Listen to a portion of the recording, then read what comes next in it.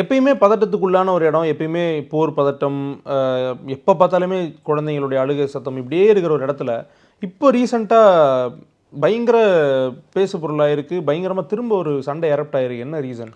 இல்ல இப்போ இது 2023 அக்டோபர்ல வந்து ஒரு பிரச்சனை நடக்குது. என்ன அப்டின்னா, உலகத்துல வந்து ரொம்ப செக்யூர்டான வந்து ஒரு உளவுத்துறைன்னு மொசாட சொல்லி பல பேர் மொசாத். கேள்விப்பட்டிருப்போம்.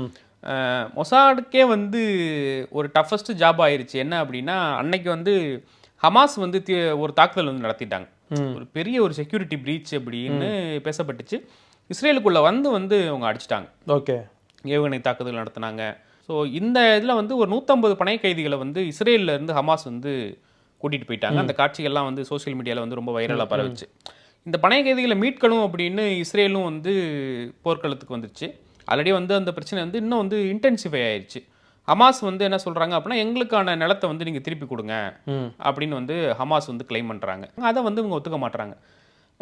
இந்த சண்டை இது இருதரப்புக்கான அந்த சண்டை தான் வந்து இப்ப எங்க வந்து நிக்குது அப்படின்னா, காசாவ முழுமையா வந்து நாங்க ஆக்கிரமிக்க போறோம். இஸ்ரேல் தரப்புலேருந்து. இஸ்ரேல் தரப்புல இருந்து ஆரம்பிக்க போறோம் அப்படின்ட்டு பெஞ்சமின் நெத்தன்யாகு வந்து அறிவிச்சிருக்காரு. இப்போ ஒட்டுமொத்த பாலஸ்தீனத்துல இருந்த மக்கள் வந்து இப்போ ஒரே ஒரு காசா அப்படிங்கிற ஒரே ஒரு பகுதியில மட்டும் தான் வந்து இருந்துட்டு இருக்காங்க. ஒரு 23 லட்சம் பேர் இருக்காங்க. 23 பேர் அந்த ஏரியாவை வந்து சுத்தமா சரவுண்ட் பண்ணியிருக்காங்க. ஓகே. இஸ்ரேல் சரவுண்ட் பண்ணியிருக்காங்க. உள்ள இருந்து வெளியில இருந்து எந்த ஃபுட்டும் வந்து உள்ள போக முடியல. கிட்டத்தட்ட ஒரு 14,000 குழந்தைகள் வந்து பட்டினியில் இருக்காங்க. இன்னும் 2, 3 நாள் சாப்பாடு போடலனா கூட எல்லாருமே இறந்து போயிருவாங்க அப்படின்ட்டு பல நாடுகள் வந்து கோரிக்கை வச்சுட்டு இருக்காங்க. ஆனா வந்து அனுப்ப முடியாது அப்படிங்கிறதுல இஸ்ரேல் வந்து திட்டவட்டமா இருக்கு.